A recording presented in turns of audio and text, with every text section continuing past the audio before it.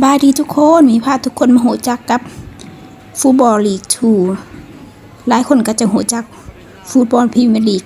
แต่ว่าหลายคนก็จะบ่โหจักกับฟุตบอลลีก2เนาะก็คือลีกนี้ก็จะน้อยกว่าพรีเมียร์ลีกส่วนพรีเมียร์ลีกก็หลายคนก็อาจจะโหเนาะเพราะมีแต่ทีมดังๆที่เขาเจ้าเตะกันจะมีอาร์เซนอลเชลซีแมนเชสเตอร์ยูไนเต็ดแมนเชสเตอร์ซิตี้เนาะแต่ว่าอันนั้นเป็นทีมใหญ่เนาะอันนี้เฮาจะแต่ฟุตบอลลีกนี้จะน้อยรองมาจากพรีเมียร์ลีกเนาะแต่ก็จะมีหลายทีมคือกันที่เขาเจ้าเตะกันเนาะฟุตบอลอยู่อังกฤษนะทุกคนมีหลายทีมอีหลีพี่น้องมีทีมหน่อยทีมใหญ่ทีมดังๆอย่างก็มีแต่ว่าอย่างน้อยนะบ่ต่ำกว่า100ทีมพี่น้องซึ่งว่าในลีก2นี่นะก็จะมีอยู่24ทีมที่เขาเจ้าแข่งกันและนี่ก็จะเป็นคะแนนของแต่ละทีมที่เขาร่วมในลีกนี้ซึ่งต่อไปก็ให้ทุกคนไปเบิ่งวิธีการลิ้นของแต่ละทีมเลยว่าแต่ละทีมจะมีวิธีการลิ้นไหวพริบในการลิ้นแนวใดทุกคนไปเบิ่งนำกัน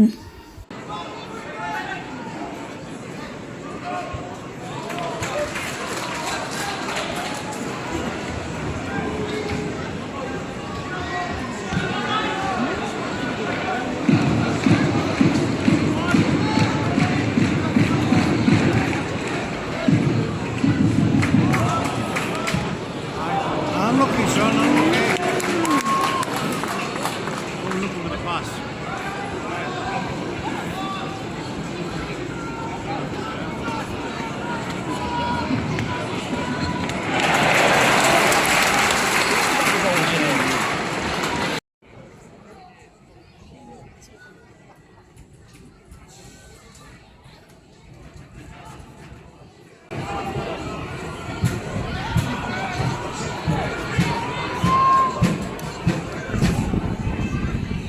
Somebody's going to win that.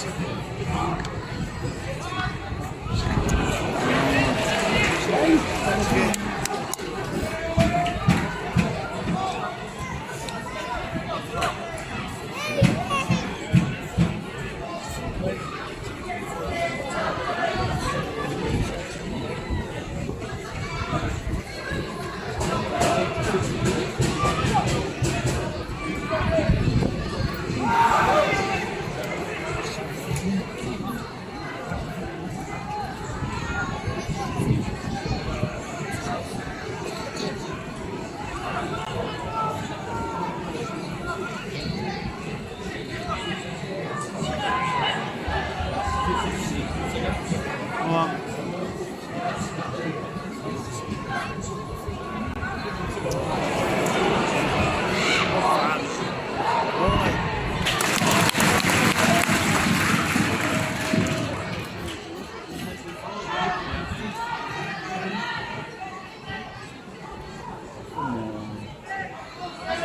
Come on, Ahmed, put a tackle in, man. Oh, nice. Thank you.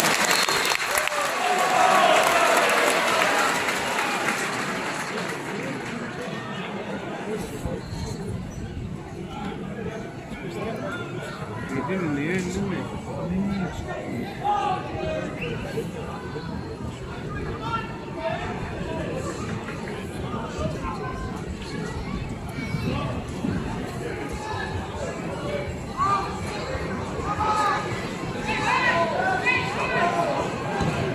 'Come on, boys.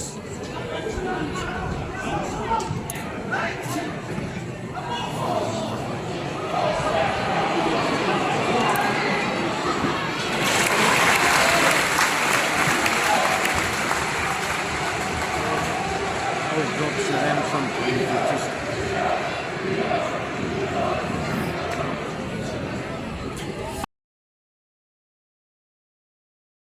เวลาผ่านไป6นาทีออเรนจ์ยังนำอยู่2-1ออเรนจ์ก็คือเป็นทีมที่มาจากลอนดอนส่วนยูไนเต็ดก็คือเป็นทีมที่สเตเดียมนี่ตั้งอยู่หรือว่าสนามนี่ตั้งอยู่ก็คือคาร์ไลโอสเตเดียมเนาะเป็นเจ้าภาพว่าซั่นซะทีมยูไนเต็ดเป็นเจ้าภาพแต่คะแนนยังนำร่องอยู่พี่น้อง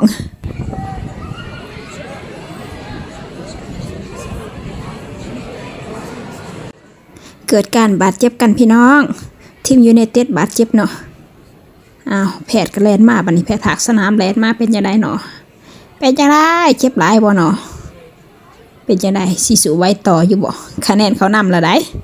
สู้หรือบ่สู้ ส่วนข่อยนั้นเป็นซัพพอร์ตทีมยูไนเต็ดพี่น้องเพราะว่ามันเป็นเมืองที่ไกลบอลข่อยอยู่นี่ส่วนว่าคอออเรนนี่มาจากลอนดอนพุ่นพี่น้องเอ้ยมาจากกวางจากไกลก็เลยบ่ฮู้จักเนาะซัพพอร์ตทีมยูไนเต็ดเนาะพี่น้องเพราะว่าเป็นเมืองแถวอยู่ดีเมืองเจ้าภาพเนาะเสียงเชียร์นี่คือโหสนั่นหวันไหวขนาดพี่น้อง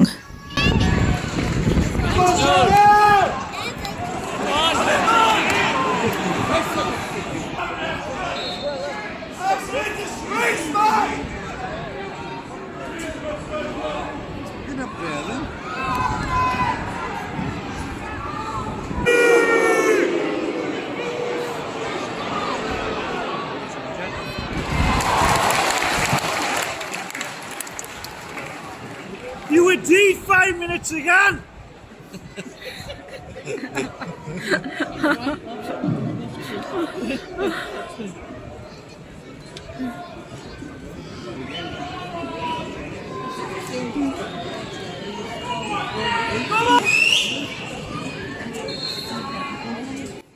จบเกมตั้ง1ผ่านไปพี่น้องออเรนยังนำอยู่จ้ายังนำอยู่ 2-1 เนาะต่อมาก็มาสวงพักเบรกพี่น้องพักเบรก30 นาทีก็จะมีนักเตะบ้านตัวจิ๋วเนาะอายุระหว่าง5-6 ปีพี่น้องจะเตะอยู่สนามเลยจ้ะข้าเจ้าก็จะเตะแบบนั้นเลยจ้ะหลายคนถามมาว่ามีค่าเขาโบแน่นอนว่าต้องมีค่าเขาพี่น้องแต่ว่าลีกนี้เป็นลีกที่บ่ใหญ่เนาะค่าเขาก็จะบ่แพงปานใดเนาะค่าเขามัน24 พาวต้องเป็นเงินกีบก็ประมาณ 456,000 กีบนี่แหละพี่น้องสำหรับค่าเขาเนาะแต่ถ้าเป็นลีกใหญ่ๆคือพรีเมียร์ลีกนี่ค่าเขานี่ก็แพงเนาะ100-200สินะครับถ้าเทียบเป็นเงินบาทเฮากับประมาณค่าปีก็2-3 ล้านเนาะถ้าเป็นลีกดังๆเที่ยวทีมดังๆเตะกันแห้งแพงคักพี่น้อง4-5 ล้านเนาะเป็นเงินกีบบาทเฮาเพราะฉะนั้นอยู่อังกฤษนะเขาเจ้าจะซัพพอร์ตเรื่องกีฬาเนี่ยเรื่องเตะบาสเนี่ยหลายที่สุดเด็กหน่อยทีมนั้นทีมนี้มีหลายทีมเนาะนักบอลตัวจิ๋วมีหลายทีมนะทุกคนในอังกฤษนะบ่ฮู้ว่าทีมใดเป็นทีมใดเนาะแต่ว่าทีมดังๆก็คือที่ทุกคนฮู้กันเนาะก็จะมีอาร์เซนอลมีแมนเชสเตอร์ซิตี้แมนเชสเตอร์ยูไนเต็ดเชลซีบ่หลายทีมเนาะส่วนประเทศอังกฤษเป็นประเทศหนึ่งที่มีชื่อเสียงโด่งดังทางด้านกีฬาบาสเตนี่หลายที่สุดเพราะฉะนั้นรัฐบาลจะให้การสนับสนุนว่าจะซัพพอร์ตทางด้านกีฬาบาสเตนี่หลายที่สุดซึ่งจะเห็นได้ว่าหลายทีมเนาะมีชื่อเสียงโด่งดังเนาะในอังกฤษแล้วก็มีนักเตะบาสที่เก่งระดับโลกเนาะเป็นต้นเช่นเดวิดบ็คแฮมสินักเตะบาสอยู่นี่นะทุกคนเขาจะมีเงินเดือนมีค่าโตเข้าให้ค่าโตที่แพงนะมันสมกับที่ว่าเขาเจ้าตั้งใจเตะตั้งใจหลินเนาะก็คือเฮาหลินได้ดีเฮาก็ได้เงินสูงได้ค่าโตแพงสิหลายคนก็เป็นมหาเศรษฐีหย่อนรวยหย่อนอาชีพเตะบาสตั้งที่2ผ่านมาพี่น้องคะแนนก็ยังคือเก่าพี่น้องก็ยัง2-1คือเก่าพี่น้องเตะกันไปเรื่อยๆเนาะจะสังเกตเห็นได้ว่าทีมสีแดงจะแข็งแกร่งกว่าพี่น้อง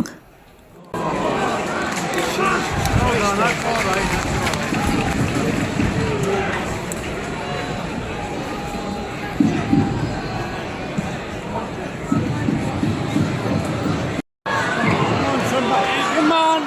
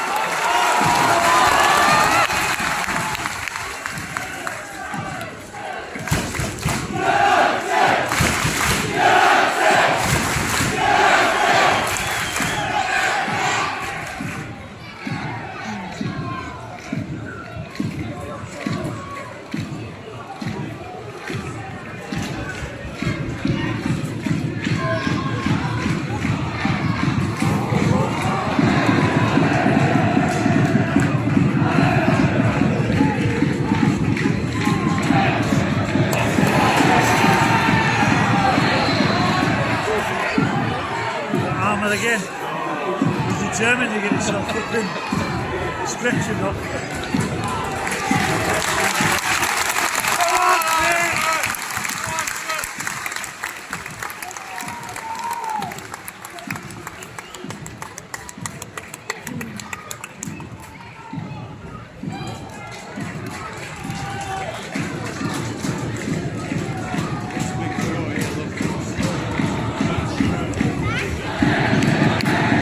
Place number 15, Idris El Ghazouani. He's number 12, Jordan Brown.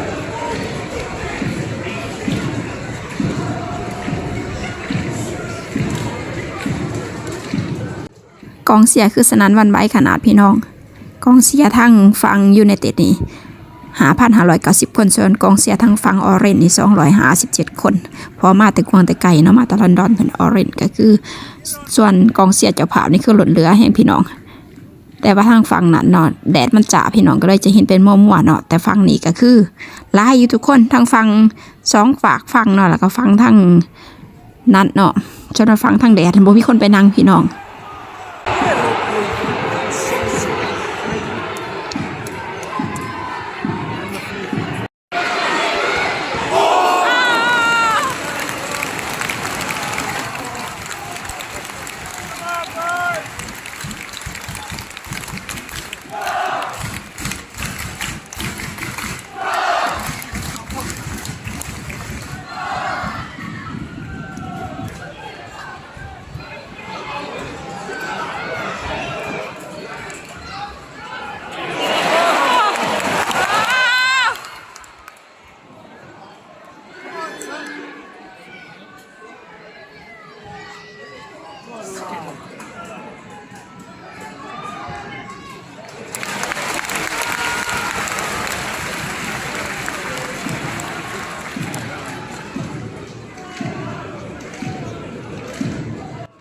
67 นาทีผ่านไปพี่น้องทีมออเรนจ์ยังนำอยู่จ้า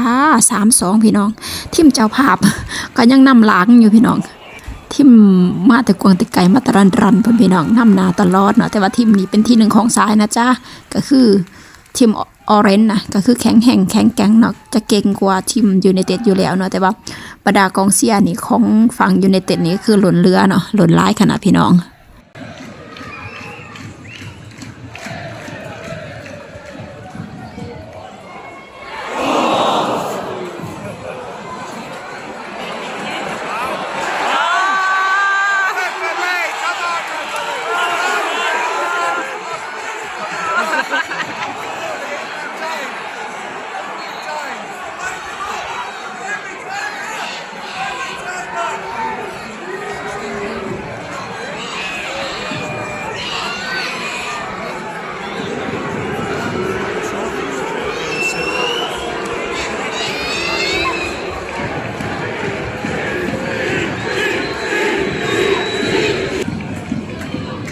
Oi, McDonald!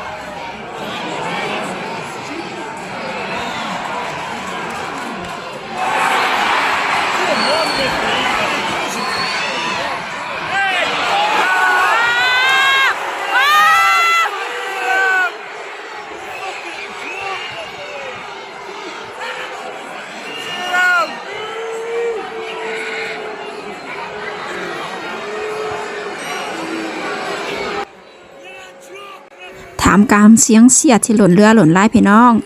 ทีมเจ้าภาพจ้าแจกไปเลยจ้าใบเหลืองเลยจ้าหับใบเหลืองไปเลยทีมเจ้าภาพเนาะ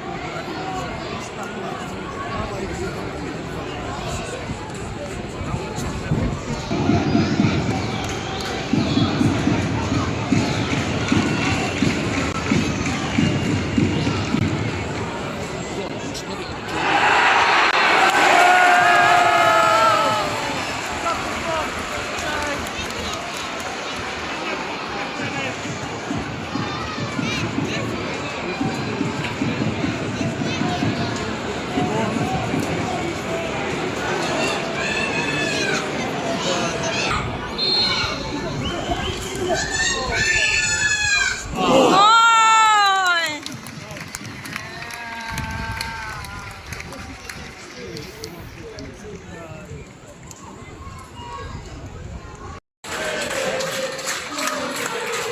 up!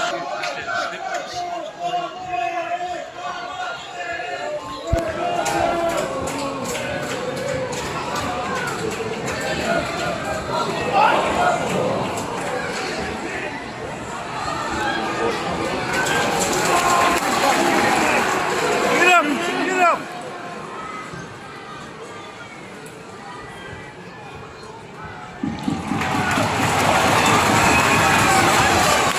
Competition has indicated in 6 minutes of India's The time is sponsored by Juicer. Come on! หมดเวลาแล้วจ้า ต่อเวลา 6 นาที ก็คือทีมออเรนจ์ยังนำอยู่ 3-2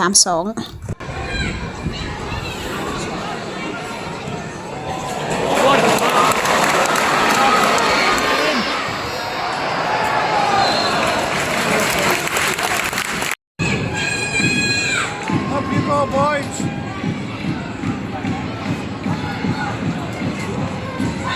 Up you go! Go on!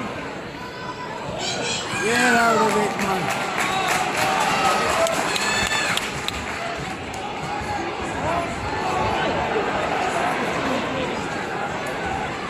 Come on! Get out there!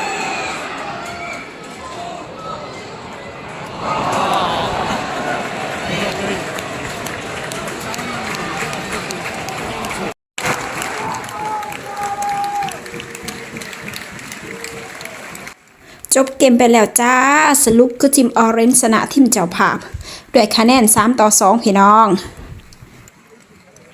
ก็เข้าใจความรู้สึกพี่น้องระหว่างกันเชียร์